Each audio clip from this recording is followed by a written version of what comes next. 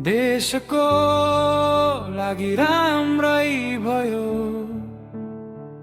तर सहानुभूति मेरो छ यो।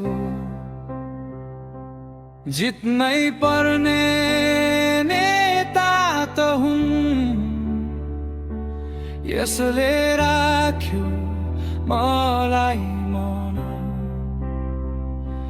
जसले जित्यो राम्रै भयो,